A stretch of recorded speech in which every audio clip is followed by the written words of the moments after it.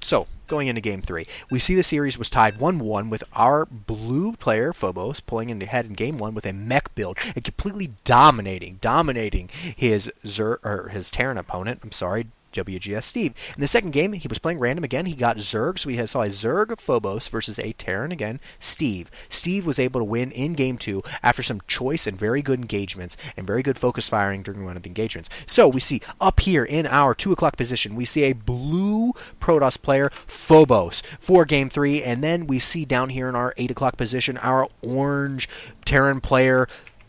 If I had not taken that engagement off Reef. So anyways, we see our orange Terran player, Steve. This is Game 3, and it's going to decide who wins our best of 3. So, I wonder what we're going to see. Again, like I said, our blue player, Phobos, is not familiar with HOTS as much as Steve is. So if Steve chooses to use Widow Mines, our blue player is not going to know the proper way to counter it because he is a Wings of Liberty player rather than a Heart of the Swarm player. Now we're seeing a very basic build. It's too early, really, to decide where our builds are going to divulge from. So if we go ahead, get our overlay continuing on, we see our blue player just chatting about last game. There's not too much going on in the early game. If we go ahead, just look at our APM, it is around 150 for our average, but it's only around 40 really currently for our Protoss player, and only around 50 again for our Terran player. So there's not a lot of spam coming out. Pretty surprised with the outcome. Okay.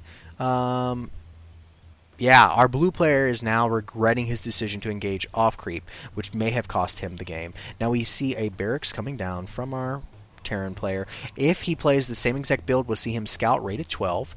He does know that his opponent is Protoss, so he's not a random player this time. He knows exactly what his opponent is, and we see, after all, our Protoss player, I just read the chat, after all, our Protoss player is...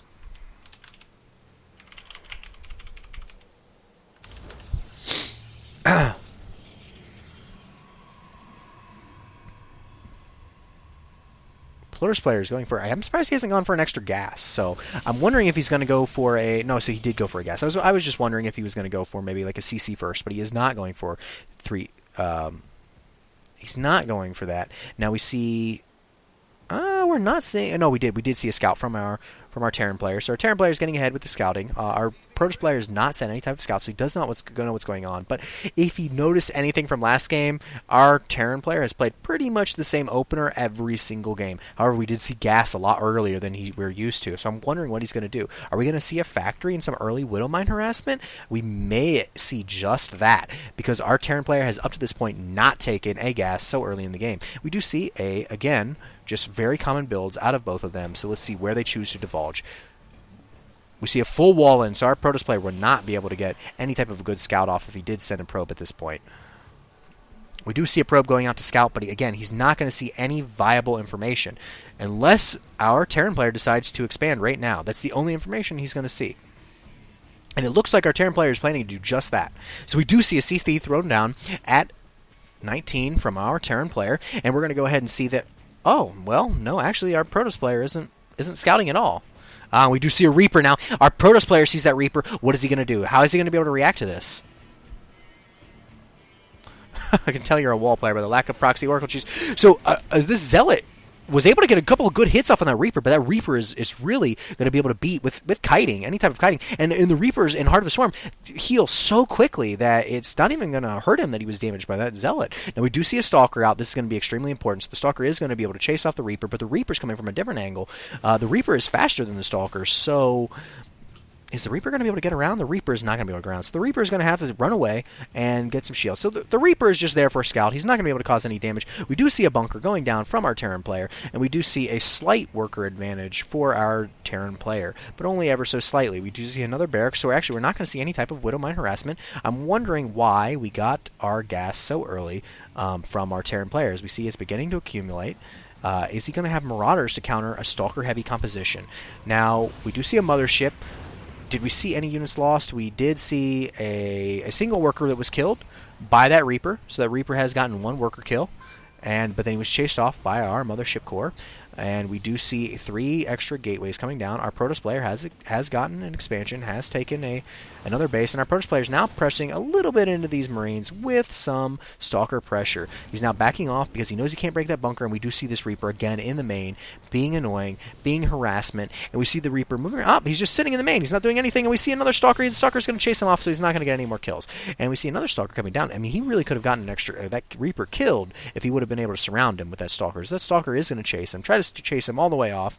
Again, he's not going to get the kill. Reapers are faster than Stalkers in this game. So we see the Stalker chasing off the Reaper, and we see a 3-gate robo coming down from our Protoss player, a Mothership Core, and we see almost a full wall off at the front from our Terran player. Both players focusing on economy, but we see, like usual, our Terran player is just really good at keeping his economy strong. And we're seeing a factory and a starport and a 3rd CC come down from our Terran player, far ahead of any planning that's done by our Protoss player. Our Terran player is actually going ahead. He's getting 2 Marines, and I assume he's got a reactor going on the factory. So we're going to see reactored Widow Mines would be my bet, rather than any type of Hellions. Hellions are not going to do good against Stalkers. Stalkers are armored. They would do good against Zealots, but they really aren't going to have that holding power against any type of Stalker army, which is generally what you're going to see from the Protoss. And we do have that robotics facility. The robotics facility is, oddly enough, making ourselves a Warp Prism. That Warp Prism is going to come down. It is going to allow him to maybe do some type of Zealot attacking, but the Widow Mines are just going to be really easy to deflect Warp Prisms with. And actually, if a Warp Prism takes more than 1 or 2 Widow Mines, it's going to die. And we see that 3rd CC. So I'm wondering what type of vision we're going to see from our Protoss player, because one of the things that we've seen in the differences between our Phobos player and our Steve is that Steve is much better than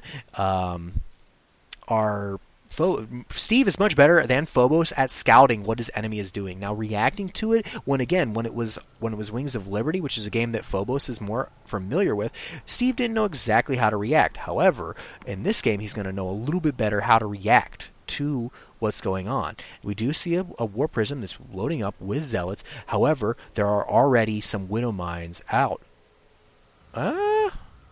Is there Widow Mines out? Actually, he made the reactor, and then he never built any units, and he's just using the factory to build more reactors for his barracks. So I actually don't see any Widow Mines. Now, our Terran player is well aware of this. This Warp Prism is not going to cause any damage. That was a complete waste. So if we go ahead and look at the units lost, we're seeing that the Terran player is not losing very much at all, and our Protoss player is using a lot. So what did he do? He's doing that to pull the Terran player away from the front. So the Stalkers are now attacking. He's got some sentries. He's going to move in. Is he going to be able to? He's going to lose that sentry very quickly. You can't do this damage. He needs to attack everything. He is pulling SCVs. He is repairing. Is he going to? No. So the SCVs are able to hold with force field. The sentries are able to force field around, and the main base is not being mopped up either. We're seeing a lot of resources lost from both players. It's around relatively even. But if we go ahead and look at the units lost counter, we are seeing that our Protoss player is able to cause a reasonable amount of SCV damage. Look at all these SCVs. They're attacking the Stalkers, but the Stalkers are just getting free hits. The second base from our Terran player is going down. The Terran player is moving out with SCVs across the map, but what are these SCVs going to do? They're not going to be able to attack. They're not going to be able to cause any damage. We have an Immortal at the main base. Oh my goodness, is this GG? Is our Terran player going to be able to, or is our Protoss player Phobos going to be able to end the game here? We see him chasing off the natural. Now, again, we have a 3rd base we have a 3rd orbital kept in the main base from our player. Is he going to be able to destroy this orbital? No, he should not. As long as Steve pulls these over and repairs quickly, this orbital is on fire. Is he going to be able to take it out? No, he does have the Marines. He does have the force to defend it. Another sentry goes down. Another Stalker goes down. Is he going to defend? Is he going to repair? It's going to burn to death unless he repairs. He's now repairing. He's going to lose this orbital command unless... Now, as the army moves in, are the SCVs going to be enough? The SCVs are going to be enough for WGsSteve to pull off and hold against this army. The army does lose, again, a lot of... And he is repairing, so he did not lose his second orbital, and he was able to hold. Now, he did lose a lot of mining time. So if we go ahead and look at the workers now, the workers is still favoring the Terran player. The Protoss player is only at 26 workers, so the entire worker line was killed off by the Terran player, and I didn't even pay attention to that. So the Terran player must have done some type of drop, and I completely missed it. I'm sorry, guys. So the Terran player was able to completely stay into this game. The worker advantage is still favoring the Terran, and the Terran didn't lose his expansion. And actually, if we go ahead and look at the armies, it's favoring the Terran as well. So the Terran player actually did very well in this engagement. So whatever he chose to do, he was able to stay right where he needed to be in this game. We see a army moving out, again, with some Immortals this time, which are going to do well against those Marauders, but they're not going to do so well against those Marines. He needs Zealots Zealots in this composition to be able to defend off against those Marines. And if we go ahead and look at the upgrade count, we're going to see that our Protoss player doesn't have any upgrades, and our Terran player actually doesn't have any upgrades either. So we are seeing double engineering bay going down, and our Terran player is moving out. His army is out of position to defend this, but that may work in his advantage because he's going to be able to move in from behind, and he'll be able to destroy the entire Protoss army. The Protoss player is force fielding off the army, but he's going to lose his entire army in this engagement. He hasn't destroyed the CC. He's now warping in the Zealots. Is he going to be able to win? If the SCVs attack, the Zealots are making a poor engagement here. He's just not going to be able to hold off against these Marauders and Marines. He has a poor army composition for this fight. Is he warping in? He's not warping in any more units.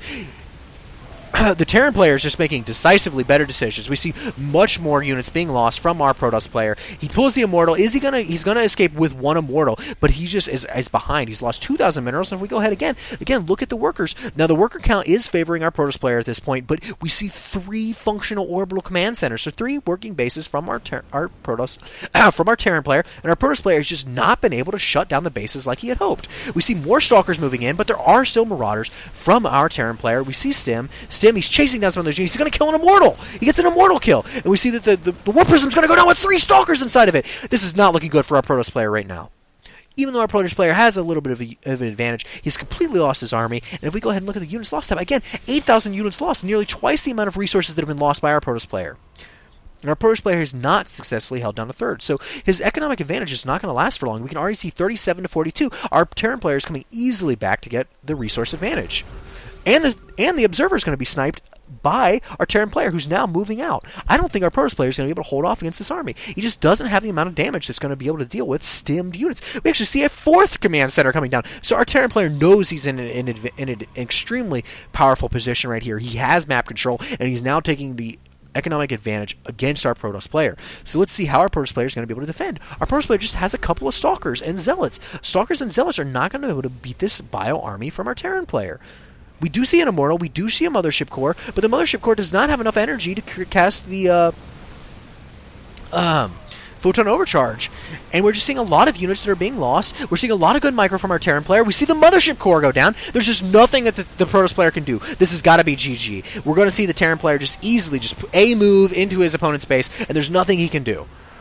So we see Game 3 is taken easily by our Terran player. After deflecting at what looked like a good early push from our Protoss player, our Terran player was able to cause some counter damage and actually stay ahead, or stay equal, and then stabilize a lot quicker because he did keep his CCs alive. And then when he was able to stabilize, he was able to come back in the game and make sure that he had a much stronger advantage than our Protoss player. And then the Protoss again made a poor engagement. He tried to get into the base. He was not able to destroy the natural, so he was not able to destroy the CC. He didn't cause a lot of SCC damage, and while he was able to warp the army, to keep the army out with force fields, he did lose his entire army in the engagement, with the exception of one Immortal, which was then sniped a few seconds later. So again, the Protoss just made a very poor engagement. He wasn't able to cause any damage with the engagement. He lost his entire army and wasn't able to make a meaningful trade. If he was able to take out that natural expansion, I mean, the workers would have just easily transferred to the third base for the Terran player, but it may have at least caused a little bit more downtime for that Protoss player to stay in the game.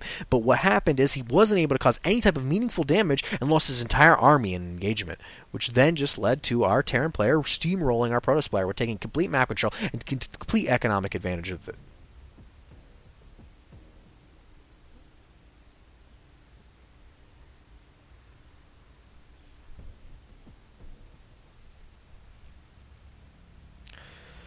Alright guys, thanks for watching. I'll highlight these videos later and you guys can watch my cast. I'm sure they're terrible. Again, I haven't played StarCraft in quite some time and I'm not up with the meta, so it's hard for me to follow everything that's going on. Hope you enjoyed. Have a good night.